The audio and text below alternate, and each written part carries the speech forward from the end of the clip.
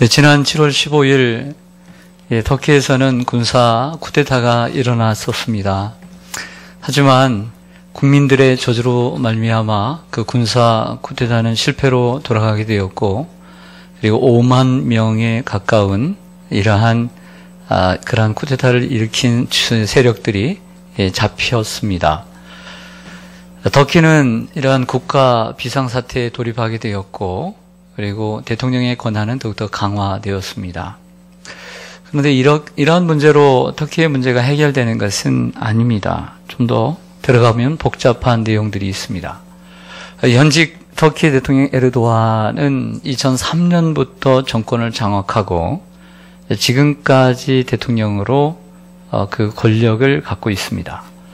원래 터키의 헌법은 단임제입니다. 한 번밖에 하지 못하는데 헌법까지 바꿔가면서 13년 동안 중임제로 바꾸어서 권력을 갖고 있습니다. 그러다 보니까 이러한 민주적 인사나 그리고 언론들을 탄압하고 그리고 억제시켰던 것이죠. 그 자기를 반대하는 사람들을 많이 또 잡고 감옥에 가두고 죽이기도 했습니다. 그래서 자기 약점을 커버하기 위해서 그런 언론을 통제를 하고요. 그리고 이런 걸 싫어했습니다. 근데 이런 7월 15일 날 군사 쿠데타가 일어나면서 수도인 앙카라와 최대 도시인 이스탄불에 이러한 군사 시설들을 장악을 하고 언론을 장악을 했어요. 자, 이만큼 되면 이제 쿠데타가 성공에 이르렀구나 라고 생각을 했을 텐데, 휴가 중에 있던 에르도안 대통령이 CNN 기자와 나눈 2분간의 대화가 SNS를 타고 그 국민들의 휴대폰 속에서 그 대통령의 영상을 보게 되었습니다. 그 대통령을 지지하던 사람들이 뛰쳐나가서 탱크 앞에서 자기를 죽이라고 못 가게 막고 그리고 직접 싸웠습니다. 그래서 저지를 하게 된 거예요. 그래서 실패가 된 거죠. 언론을 탄압했던 대통령이 언론을 통해 결국에는 자기의 정권을 다시 되찾은 거죠. 이런 것을 아이러니라고 합니다. 그런데 여기에는 미국의 새로운 딜레마가 있습니다. 왜냐하면 이 비민주적 지도자인 에르도안을 지지할 것이냐 아니면 비민주적 쿠데타를 지지할 것이냐라고 하는 딜레마인 것이죠. 그 딜레마는 여러 가지 배경 가운데 있는데, 그것은 뭐냐면 터키의 지정학적인 요인 때문입니다. 터키라고 하는 그 큰 나라는 서쪽에 중동을 중심으로 하고 있는 이슬람 국가 중에 하나입니다. 그리고 그 유명한 IS, 시리아의 그 IS 본부가 있는 그 시리아와 그 접경을 함께하고 있는 것이죠. 그리고 수많은 난민들이 유럽으로 갈 수 있는 바로 그 큰 다리가 바로 터키입니다. 아래는 지중해가 있고 위에는 흑해가 있고, 바로 오른쪽에는 우리가 살펴봤던 빌립보가 있는 그리스, 그리고 로마 쪽으로, 그리고 유럽 쪽으로 나아갈 수 있는 통로이기 때문에 미국은 IS를 견제하고 그리고 이러한 난민의 문제를 해결하는 데 있어서 터키에 의존할 수밖에 없는 상황이 있는 거죠. 그리고 이 시리아에 있는 IS와 지금 전쟁 중에 그들을 공격하는 미국의 공군 기지가 바로 터키에 있습니다. 그러다 보니까 군사 쿠데타를 일으킨 이들과 함께 시리아를 아직 그 IS를 경쟁을 하기로는 대립구도를 취하기에는 어렵기 때문에 지금의 현직 대통령이 비민주적이긴 하지만 그래도 함께 협력을 하고 있기 때문에 어쩔 수 없이 에르도안 그 대통령을 지지할 수밖에 없었던 것이죠. 그러나 오바마 대통령이 이런 얘기를 했어요. 뭐라고 했냐면, 모든 당사자가 법에 따라 행동해야 한다라고 법치를 강조했습니다. 그러니까 한쪽만 법치가 아니라 이 대통령도 법치를 준수해야 된다라고 말했던 것이죠. 자, 이걸 생각할 때 우리나라도 터키와 비슷한 지정학적인 이러한 자리에 있다라고 생각을 합니다. 얼마나 우리나라가 중요한 자리입니까? 그래서 미국도 우리를 포기를 못하는 것이고 우리도 미국을 의존할 수밖에 없는 것이죠. 우리나라는 고위공직자에 대한 비리와 함께 사드 배치에 대한 논란이 가중되고 있는 상황 가운데 있습니다. 김진명이라고 하는 소설가가 쓴 사드라고 하는 책을 보면 그것은 단순히 우리의 방어 체계가 아닌 외교적인 문제다라고 얘기를 합니다. 사실 사드는 고고도 미사일이기 때문에 그 북한이 우리나라에 쏘는 것은 저고도이기 때문에 뭐 어떤 사람은 이게 뭐 효력이 있다 없다라고 얘기하지만 결과적으로는 그 멀리 미국까지 쏘았을 때 북한에서 고도가 높기 때문에 그 고도를 잡을 수 있는 것은 바로 사드라고 하는 것이죠. 그러니까 이러한 의미에서 사드는 우리만을 위한 것이 아니라 미국을 위한 것은 분명합니다. 하지만 미국이 우리나라를 돕고 있고 우리 또한 의존할 수밖에 없는 이러한 상황에 있기 때문에 우리가 사람과의 관계도 그렇잖아요. 내가 유익한 것만 얻어올 수는 없잖아요. 뭔가를 주면서 얻어와야죠. 그런데 이러한 일들을 대통령과 유정자들이 해야 하는데 좀 더 지혜롭게 해 나갈 수 있도록 기도해 주시기를 부탁을 드립니다. 왜 터키 얘기를 제가 얘기했느냐? 성경은 이 터키를 소아시아라고 얘기를 합니다. 그리고 오늘 사도 바울의 제3차 선교여행이 시작되는데 3차 선교여행의 중심지가 바로 에베소이기 때문입니다. 그리고 그 에베소가 바로 소아시아에 있습니다. 터키에 있는 거죠. 터키에 있는 소아시아에 이 에베소만 있었던 것이 아니라 사도 바울의 제1차 선교여행 그 코스가 바로 소아시아 터키입니다. 더베, 비시디 안디옥, 이고니온, 루스라, 버가 이런 것들이 다 또 길리기아, 또 무시아, 또 드로아 이 모든 이 넓은 곳들이 모두 다 이곳에 속하고요. 요한계시록에 소아시아 7교회에 편지를 보내지 않습니까? 소아시아 7교회니까 소아시아가 터키거든요.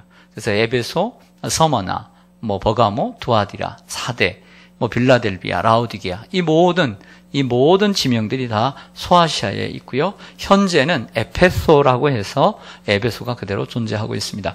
2000년 전에 에베소는 이러한 소아시아의 중심지였고요. 그리고 교역의 중심지였습니다. 이곳에 사도 바울이 2년 3개월 동안 그리고 많게는 3년 이상 있게 되고요. 3차 선교여행의 가장 많은 부분을 차지하는 거. 아니면 거의 8할이나 9할 정도를 차지할 정도로 가장 오랫동안 사역을 한 곳이 이곳이 되겠습니다.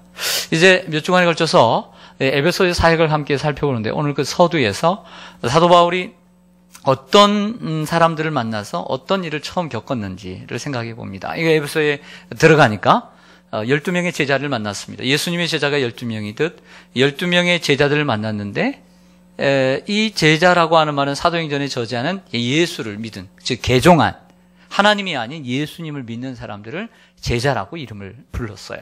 그러니까 예수를 믿는 사람들이었습니다. 그들을 만나서 너무나 반갑게 인사를 하게 되었죠. 그러면서 이런 질문을 던졌습니다. 너희가 예수를 믿을 때에 성령을 받았느냐? 이렇게 묻죠. 그랬더니 이렇게 얘기합니다. 우리는 성령에 대해서 들어본 적도 없다. 그러면 너희가 어떤 세례를 받았느냐? 라고 다시 재차 묻자 우리가 요한의 세례를 받았다. 이렇게 얘기했어요. 예수의 세례가 아닌 요한의 세례를 받았다. 이렇게 대답을 하는 거예요. 이렇게 물어본 이유는 무엇이냐면 그들의 믿음을 테스트하기 위함인 거예요. 진정 거듭났는지.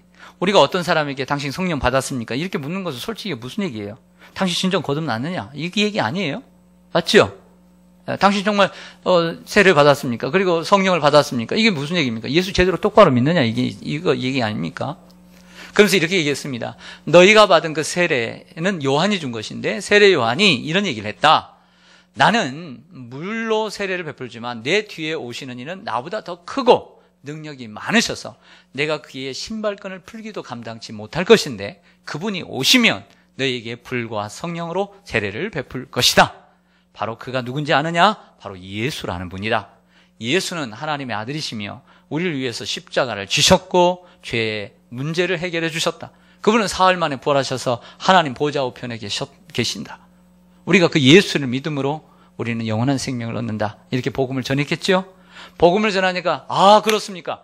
예수가 그분이군요. 그리고 그분이 말씀하기를 세례를 받아야 된다라고 했을 때 우리가 세례를 받겠습니다 하고 그들에게 세례를 베푼 거예요. 예수의 이름으로. 세례를 베푸니까 그들에게 성령이 임하고 방언과 예언의 역사가 일어난 줄로 믿습니다. 그래서 숫자를 하나하나 다 세보니까 12명이더라. 이렇게 거예요. 이것이 오늘 본문의 스토리예요. 자, 이해가 됩니까? 네. 자, 간단한 이야기 같지만 성령의 시대로 20세기 들어오면서 오늘 본문의 내용은 아주 여러 각도로 해석이 되고 의견이 분분합니다. 성령의 시대에 와서 오늘 이 본문의 말씀을 가지고도 여러 의견들이 나눈 이유는 예수를 믿을 때 성령을 받느냐, 아니면 물세례를 받고 성령의 세례는 다음에 또 받는 것이냐, 아니면 예수를 믿으면 성령을 받는 것이냐, 요한의 세례를 받고 예수의 세례를 또 받아야 되느냐, 이런 의견들이 많이 생겨나게 되었던 것입니다. 자, 복잡합니다. 그러나 이 복잡할수록 팩트가 중요합니다. 자, 팩트가 뭐죠? 에베소에 갔던 12명의 제자, 예수를 믿는다는 사람을 만났습니다. 그런데 그들이 성령을 받았습니까? 안 받았습니까? 안 받았습니다. 그런데 누구의 세례만 받았습니까? 요한의 세례만 받았습니다. 이 세 가지가 팩트예요. 예수를 믿는데 요한의 세례를 받았는데 성령은 안 받았더라. 이게 팩트예요. 여기서부터 시작하면 돼요. 복잡하게 생각하지 말고. 그러면 자, 질문을 던지면서 하나씩 나가보겠습니다. 첫 번째 질문은 예수를 믿는데 요한의 세례만 받고 성령은 받지 않았다. 이게 가능할까요? 불가능할까요? 예수를 믿는데 요한의 세례만 받았다. 이게 가능할까요? 불가능할까요? 가능하니까 이렇게 써있죠. 그냥 있는 것만, 복잡하게 생각하지 말고 있는 팩트만을 생각하란 말이에요. 자, 예수를 믿는데 요한 세례만 받고 성령 못 받았다. 가능해요, 안 가능해요? 가능하다는 거예요. 그냥 팩트만 생각하세요. 사실만. 성경이 사실이니까. 그 시대로 요즘식으로 얘기하면 이런 얘기예요. 예수를 믿는다고 교회를 나왔어요. 교회를 나왔어요. 때가 되니까 학습 받으라고 하고, 그리고 또 세례 받으라고 하니까 세례까지 받았어요. 근데 성령을 못 받았어요. 가능해요, 불가능해요? 가능한 거예요. 충분히 가능한 거예요. 오늘 여기에도 그런 분들이 계실 수도 몰라요. 계실 수도. 자, 그러면 이런 분들은 어떻게 해야 될까요? 오늘 사도 바울이 얘기한 것처럼 예수라는 분을 배워야죠. 그분이 예수다. 그 예수가 어떤 분인가를 배워야 될 줄로 믿습니다. 그리고 예수를 믿어야 돼요. 그리고 그분이 주시는 불과 성령의 세례를 받아야 될 줄로 믿습니다. 다시 얘기해서 교회는 다니나 세례는 받았지만 성령을 받지 못했다.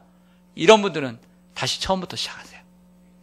다시 처음부터 예수를 똑바로 믿으세요. 그래야 될 줄로 믿습니다. 그래라는 거예요. 자, 또 다른 질문을 할게요. 요한의 세례를 받은 사람이 예수의 세례를 또 받아야 될까요? 안 받아야 될까요? 요한의 세례를 받은 사람이 예수의 세례를 다시 받아야 될까요? 안 받아야 될까요? 오늘 팩트만 생각하세요. 오늘 본문 속에서. 자, 요한의 세례를 받았지만 성령을 못 받았어요. 그때는 그들이 예수를 전했어요. 예수를 믿게 되니까 세례를 줬더라, 안 줬더라? 줬잖아요. 그러니까 팩트만 생각하세요. 이게 진리예요.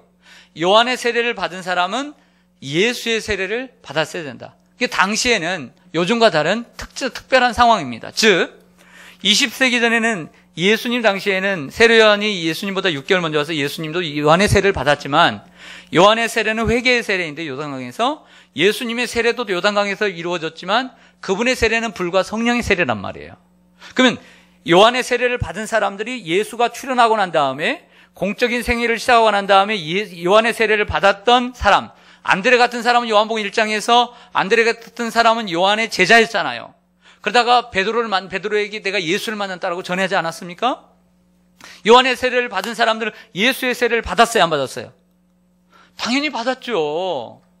요한의 세례를 많이 받았겠죠. 그러나 예수님이 복음을 전하고 난 다음에 성령을 주시고 그 이후에 예수의 세례를 받아야 되는 거예요. 그 오늘 본문에 예수의 세례를 받잖아요. 예수의 세례를 받습니다. 예수의 이름으로 세례를 받아야 돼요. 요한의 이름으로 아니라 주 예수의 이름으로 세례를 받아야 될 줄로 믿습니다. 그런데 오늘의 상황은 달라요. 자, 이런 상황을 가정해 보십시다. 요한의 세례가 현재는 있어요, 없어요? 없죠. 이제 요한의 세례는 없어졌어요. 예수를 믿었습니다. 예수를 믿었는데 고등학교 때 교회에서 세례를 받았어요. 군대를 가라니까 초코파이 준다고 그러니까 또 한 번 또 받았어요. 또 교회를 나와서 이제 사회를 나와서 또 받았어요. 그럴 수도 있고 이제 한 번을 받을 수 있고 세 번을 받은 분도 제가 봤는데 받았다고 칩시다. 근데 예수를 제대로 만나고 나니까 옛날에 받은 것은 헛개비야. 가짜로 받은 것 같아요. 예수를 세례를 받으면 똑바로 믿고 그 바른 마음이 있을 때 받아야 된다고 생각이 되었어요. 근데 그전에도 주 예수의 이름으로, 성부와 성자와 성령의 이름으로 아주 바른 목사님에게 바른 교회에서 세례를 받았어요. 믿음은 별로 없었지만. 그러면 이 시대에 있어서 그러면 내가 예수를 다음에 똑바로 믿고 성령을 받은 후에 다시 세례를 받아야 할까요? 네, 저의 생각은 필요 없습니다. 왜냐하면 우리는 요한의 세례를 받은 것이 아니라 주 예수의 이름으로 세례를 받았기 때문입니다. 그리고 또 하나는 그때 받은 것은 물세례입니다. 물세례 받았죠? 그러나 예수를 나중에 세례 받은 후에 한참 지나서 예수를 똑바로 믿고 예수님을 나의 구주로 영접해서 그때 받은 세례는 성령의 세례이고 불세례가 되는 것이죠. 자, 순서가 좀 바뀌긴 했지만 괜찮습니다. 안 받아도 됩니다. 성령의 세례를 받으면 되는 거예요. 할렐루야. 목사님 그래도 찝찝해요. 이런 분들은 목사님께 부탁을 해서 다시 받으세요. 찜찜하고 사느니 그냥 깨끗하게 하고 살아요. 저는 적극적으로 추천하지 않아요. 하지만 찜찜하다 생각되면 말씀하셔서 내가 예수를 제대로 믿고 세례를 제대로 받겠다 하는 분들은 제대로 받으시기를 바랍니다. 그러나 그렇게 적극적으로 추천하지는 않는다. 그래서 장로교회의 표준이자 그리고 그 신학을 정립한 존 칼빈은 이렇게 얘기를 했어요. 오늘 본문에 대해서 좀 오해를 했는데 요한의 세례를 베풀고 난 다음에 세례를 받았다는 것은 아니다. 세례를 다시 준 것이 아니라 기도를 해서 성령을 받게 한 것이다 라고 이렇게 해석을 하고 있는데 그렇잖아요. 분명히 주 예수의 이름으로 세례를 베풀었어요. 그것은 당시의 배경적인 이유가 있습니다. 종교개혁이 일어나고 난 다음에 재세례파라고 하는 새로운 개혁 세력이 일어났어요. 새로운 개혁 세력. 이 개혁 세력 가운데 제 세 번째로 힘이 강했는데 이 재세례파는 이렇게 생각을 했어요. 예수 믿는 사람들 가짜가 많다. 진정으로 예수를 믿고 다시 세례를 받아야 된다. 삶이 변화되어야 된다. 이렇게 얘기했어요. 근데 이 존 칼빈이 재세례파와 싸웠어요. 반박을 많이 했어요. 그러다 보니까 오늘 본문을 이렇게 해석하지 않았나. 인간은 완벽하지 않으니까. 그래서 그런 의미라고 생각을 합니다. 자, 세 번째 질문 드릴게요. 예수의 이름으로 세례를 받는 것과 성령 세례는 다른 것일까요? 같은 것일까요? 예수를 믿는 것과 내가 예수를 믿는 것과 성령의 세례를 받는 것은 별개의 것인가? 하나의 것인가? 네, 이런 질문입니다. 자, 펜테코스트라고 하는 이 오순절 계통의 교회들은 별도로 생각합니다. 예수를 믿어도 언젠가는 제2의 성령 세례를 받아야 된다. 제2의 성령 세례의 증거는 이러한 방언과 예언과 같은 것이 따라야 한다. 이렇게 말하는 것이 오순절 계통의 이야기들입니다. 사랑하는 여러분, 하지만 우리는 성경을 생각을 해보죠. 성경은 뭐라고 얘기하는가라고 하는 것이죠. 오늘 바울이 오늘 본문을 전할 때 성령 세례는 이런 것이다. 성령 세례를 받아야 된다. 이렇게 말하지 않았습니다. 오직 예수를 전했습니다.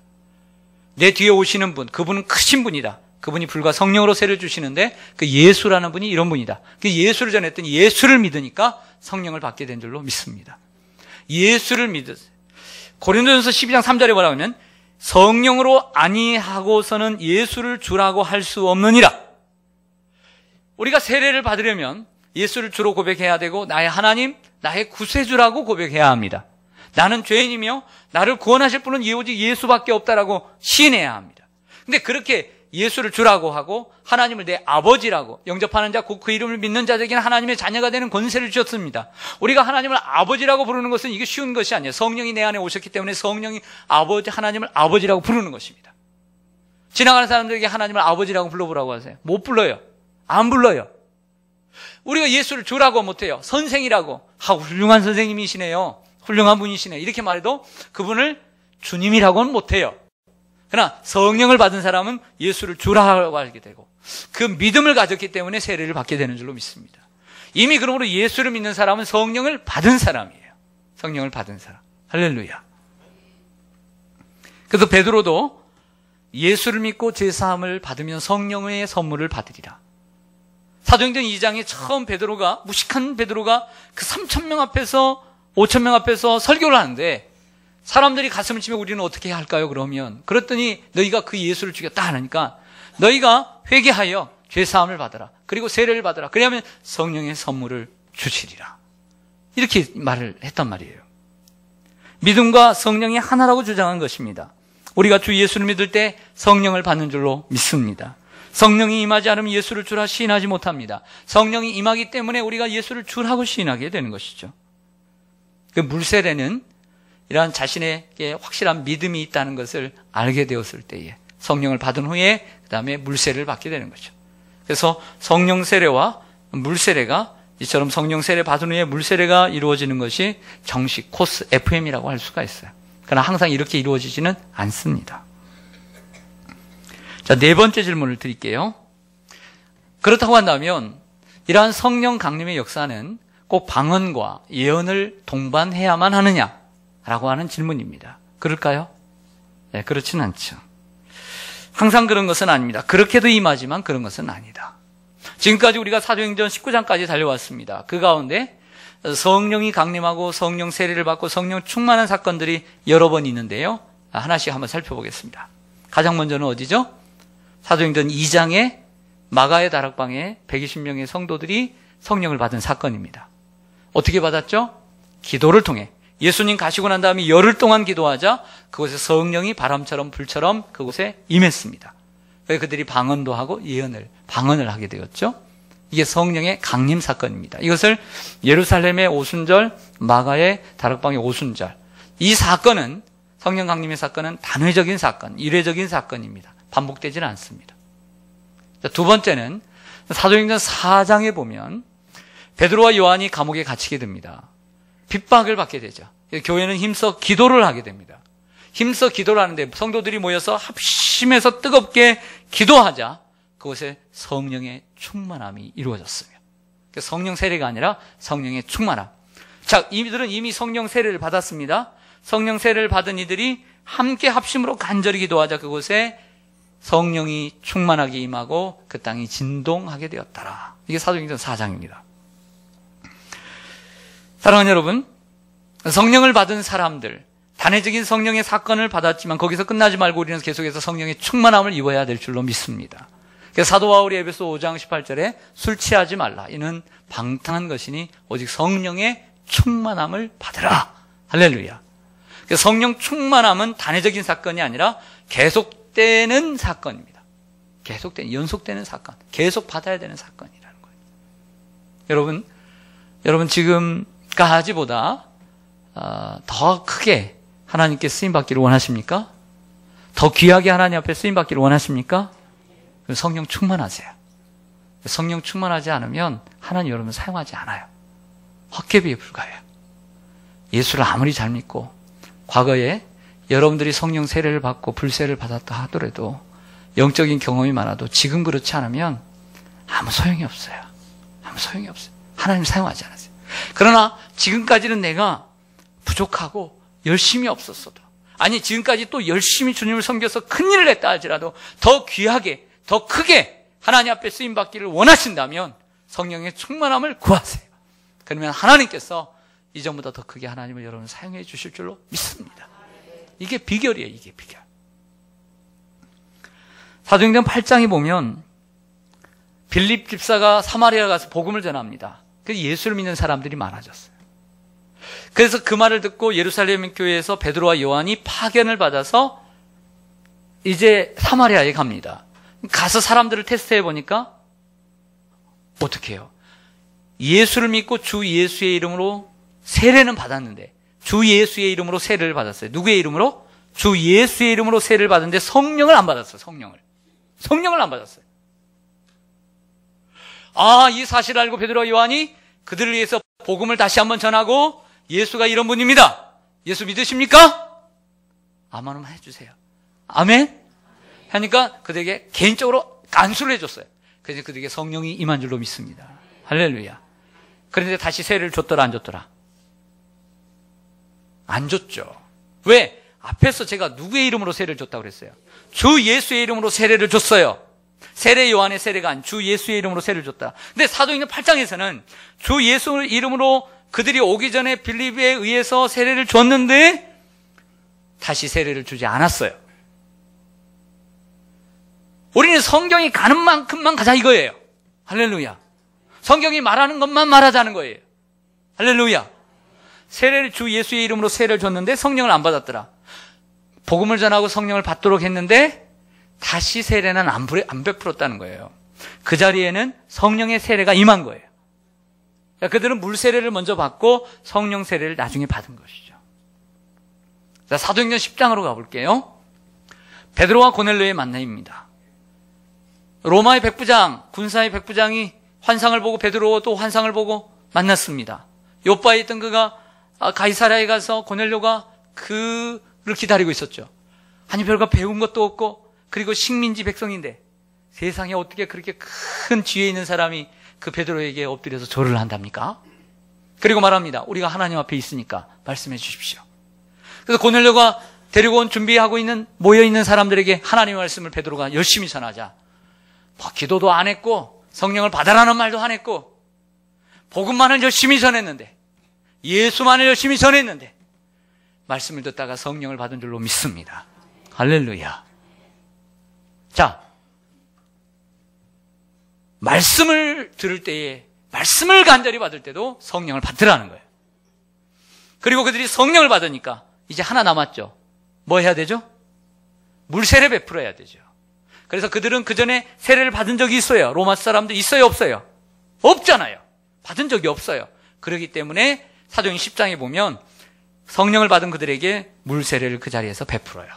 이들의 방법은 말씀이 있고 성령을 받은, 성령 세례를 받은 이들에게 물세례를 베풀게 되는 거죠. 이것이 정식 코스예요. 이게 FM이에요. 할렐루야.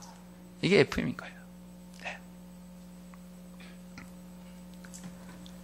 자, 오늘 말씀해 보면 바울이 에베소에 갔을 때 주님을 믿는 12명의 제자들을 만났습니다. 그들은 요한의 세례만 받았고 성령을 받지 못했습니다. 복음을 전했습니다. 성령이 임했습니다. 당연히 예수의 세례를 베풀어야 되죠. 자, 이해가 가십니까? 네. 자, 정리를 하면 이렇습니다. 믿음과 성령은 하나입니다. 내가 예수를 제대로 믿으면 성령이 내 안에 임하고 성령이 임하기 때문에 예수를 주라고 고백할 수 있고 하나님을 아버지라고 부르게 되는 거예요. 성령이 아니고서는 그렇게 할 수가 없어요. 이미 성령을 받은 줄로 믿습니다. 성령을 받은 거예요. 그리고 또한 예수를 믿는 방법, 성령을 받는 방법은 하나예요, 여러 가지예요?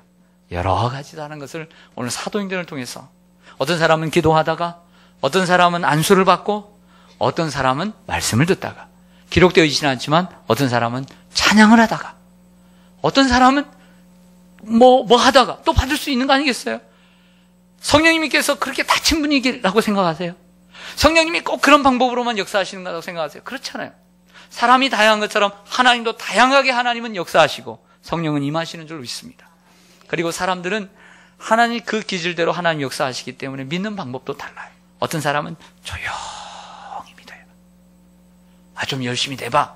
안 돼요, 그 사람은. 그냥 조용히 믿으세요. 어떤 사람은 괄괄하게 믿어야 돼요. 어떤 사람은 가만히 믿을 수가 없어. 그렇게 괄괄하게 믿으세요. 그분 성격이에요. 어떤 분은 기도를 많이 해야 돼. 어떤 사람은 말씀대로, 어떤 사람은 봉사를 열심히 해야 되고, 하나님은 나름대로 성령의 역사가 그 기질대로 역사하는 줄로 믿습니다. 그래서 여러분들이 교회를 정할 때도 처음 신앙하신 분들은 상관이 없어요. 예. 만약 우리 시온산 교회 처음 했다. 그러면 저에게 길들이면 되는 거예요. 여러분 모든 것도 길들이기 나름인 거예요. 어떤 남편을 만나느냐, 어떤 아내를 만나느냐에 따라 달라지는 것처럼 저를 처음 만난 분들은 우리 시온산 교회에 길들여지는 거예요. 알게 모르게. 맞습니까? 안 맞습니까? 우리 애들, 여러분들 애들 싫어도 누구 닮은 거예요?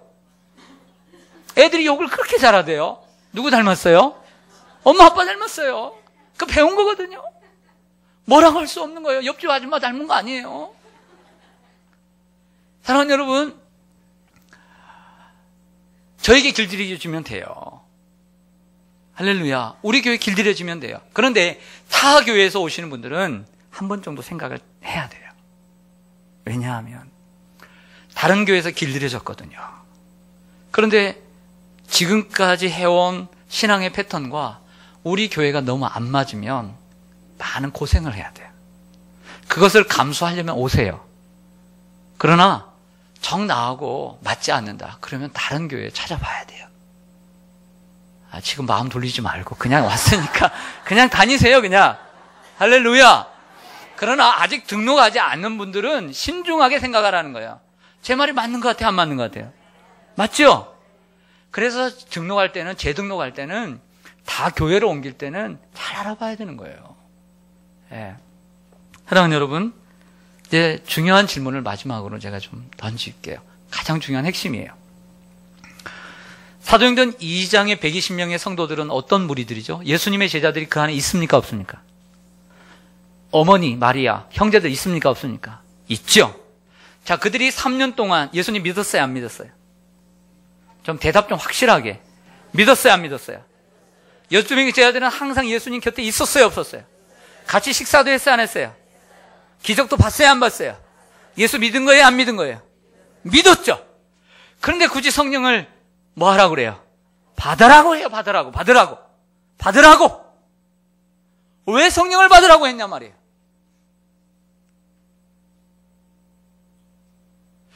사도행전 8장에 빌립비서 복음을 전해서 주 예수의 이름으로 세례를 베풀었어요. 근데 베드로와 요한이 가니까 성령을 안 받았거든요. 성령을 안 받았어요. 어떻게 해요? 큰일 났다고 생각하고 일부러, 의식적으로, 의도적으로 안 되겠다 생각을 하고 의식적으로 복음을 전하고 노력을 내서 열정을 쏟아부어서 그들에게 복음을 전하고 안수를 해서 성령을 받게 한 줄로 믿습니다. 자, 오늘 본문에 많은 시간이 흘러서 에베소에 갔더니 12명의 제자들이 있어요. 예수를 믿었어요. 예수를 믿었는데 요한의 세례만 알아요. 성령을 몰라. 들어본 적도 없어요. 그냥 끌고 갈 수 있잖아요. 그런데 그러진 않아요. 오늘 본문에서도 의도적으로 예수를 전하고 예수를 전함으로 뭘 받게 했다? 성령을 받게 했다. 예수님의 제자들 정도 되면 그냥 성령 안 받아도 세례 받고 신앙생활 해도 될 텐데 왜 그렇게 성령을 받게 하셨을까? 예수님께서 가시지만 예수님께서 이 세상 가운데 하나님의 나라를 만들어가는데 교회를 세워가는데 성령이 없는 사람들과는 하고 싶지 않은 거예요. 성령을 경험하지 못한 사람들과는 같이 일하고 싶지 않은 거예요. 빌립이 아무리 복음을 전해도 성령을 받지 않는 사람, 거기에는 생명이 없기에 사마리아를 더 복음화시킬 수가 없었던 거죠.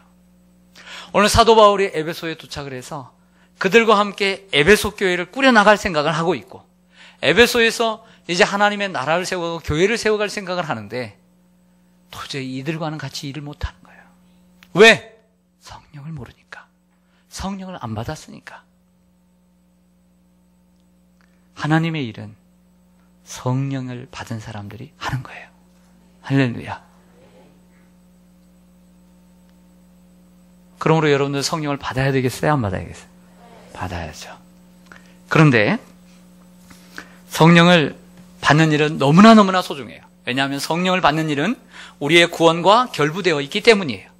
성령을 확실히 받아야 구원을 받았기 때문이죠. 이게 대단히 중요해요. 그리고 또 하나는 오늘 본문에서 가르쳐주고 성경에서 가르쳐주는 것은 하나님 나라의 사역은 성령을 받은 사람들과 함께 하는 거예요. 성령을 받은 사람.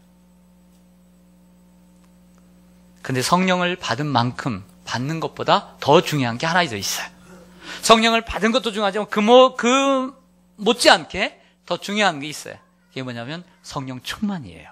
할렐루야. 여러분들 제가 차 한 대씩 사드리겠습니다. 1억짜리 포르쉐를 제가 사드리겠어요. 좋아요, 안 좋아요? 예. 그냥 이쪽처럼 믿으세요, 그죠? 감사 좀 하시고. 안 사줄 거다 그러지 말고.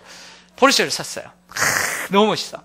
그래서 일부러 사람들이 잘 보이는 곳에 주차장까지 만들었어요. 그래서 비를 맞지 않도록 했어요. 먼지가 끼지 않도록 하고, 또 사람들이 가끔 보도록 깨끗하게 세차를 해서 보게 했어요. 1억짜리예요. 근데 기름이 없어. 이건 어디에다만 써요? 사람들의 눈으로 보라는 거죠. 자, 여기 포르쉐는 뭐냐면 성령을 받은 사람이에요. 성령을 받은 사람. 예수를 믿어. 너무 멋있어. 교회는 나와. 멋있어요. 근데 한 번 예수를 믿고 생명은 얻었지만 노력을 안 해. 기름이 없어. 성령의 충만함이 없어요. 소용이 있겠어요, 없겠어요? 근데 제가 1,000만 원짜리 차를 샀어요. 1,000만 원짜리 비록 작은 차지만 거기에 늘 제 차는 기름이 빵빵해요. 얼마나 쌩쌩 잘 다는지 몰라. 조그만해서 골목도 잘 다니고요. 신방 간다고 이 구역 식구들 태우고 다니고요. 전도하러 다니고요. 봉사하러 다니고요. 신방하러 다니고요.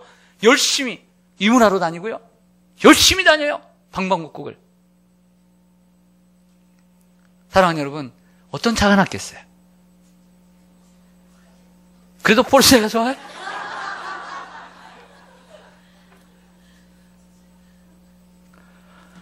사랑하는 여러분, 어떤 사람이 돼야 되겠습니까?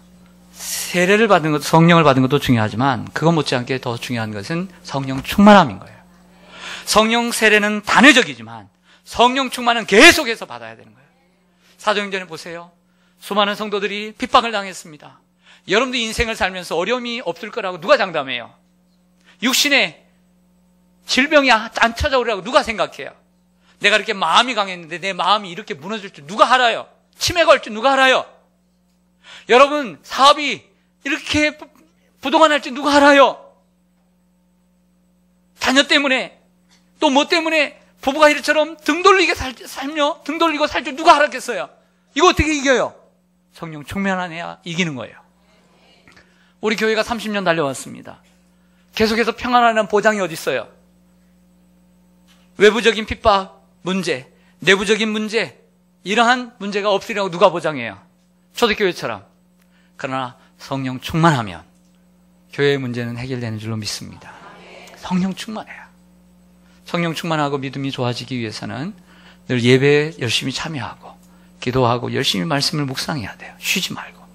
그리고 그 가운데 하나는 오늘부터 이루어지는 부흥회 같은 이러한 심령 부흥회가 또한 성령 충만의 새로운 이러한 기회가 될 줄로 믿습니다.